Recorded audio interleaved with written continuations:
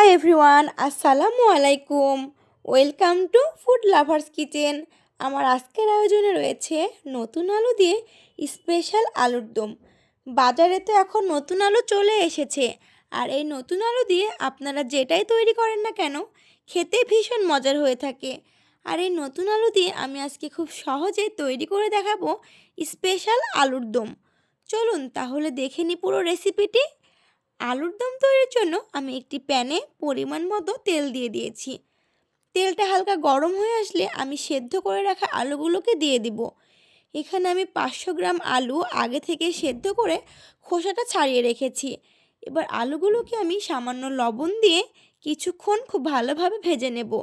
তারপর আলুগুলোকে উঠিয়ে সেম তেলে দিয়ে দিব কিছুটা গরম মশলা। এখানে আমি 2টা দারুচিনি, 3টা এলাচ, 3টা লবঙ্গ, 2টা তেজপাতা দিয়েছি, হাফ চা চামচ গোটা জিরা এবং 2টা শুকনো মরিচ। এবার মশলাগুলোকে কিছুক্ষণ ভেজে নেব। তারপর দিয়ে দিচ্ছি হাফ কাপ পেঁয়াজ কুচি।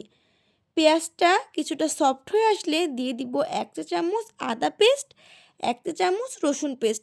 এগুলোকে আমি 30 সেকেন্ডের মতো ভেজে নেব। তারপর দিয়ে দিব গুঁড়া মশলা।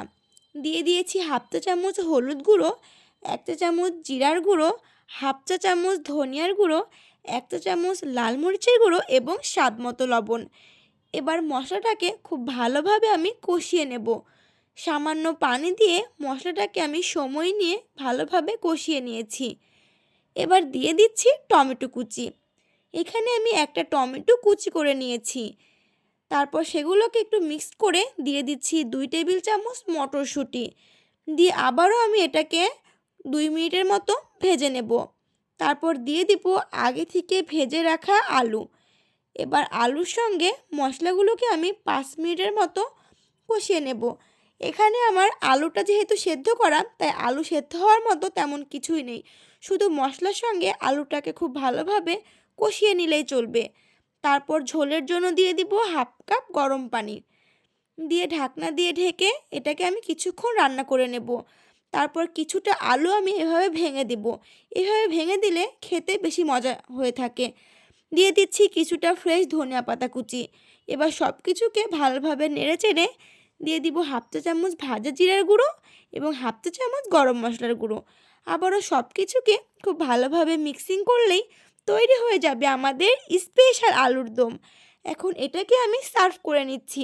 রুটি, পরোটা বা গরম ভাত যেটাই বলেন না কেন, সব কিছুর সাথে খেতেই এই আলুর দমটা দুর্দান্ত লাগে।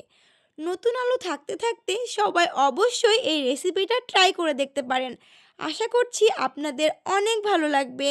রেসিপি ভালো লাগলে লাইক এবং কমেন্ট করতে ভুলে যাবেন না, কারণ আপনাদের লাইক এবং কমেন্ট আমাকে অনেক বেশি উৎসাহ দেয়। আর যারা এখনও আমার চ্যানেলটি সাবস্ক্রাইব করতে ভুলে গেছেন, এখনই সাবস্ক্রাইব করে দিবেন। ফেসবুক থেকে দেখে থাকলে পেজটি ফলো করতে কিন্তু একদম ভুলে যাবেন না। পরবর্তী ভিডিও দেখার আমন্ত্রণ জানিয়ে আজ এখানেই বিদায় নিচ্ছি। সবাই অনেক ভালো থাকবেন। আল্লাহ হাফেজ।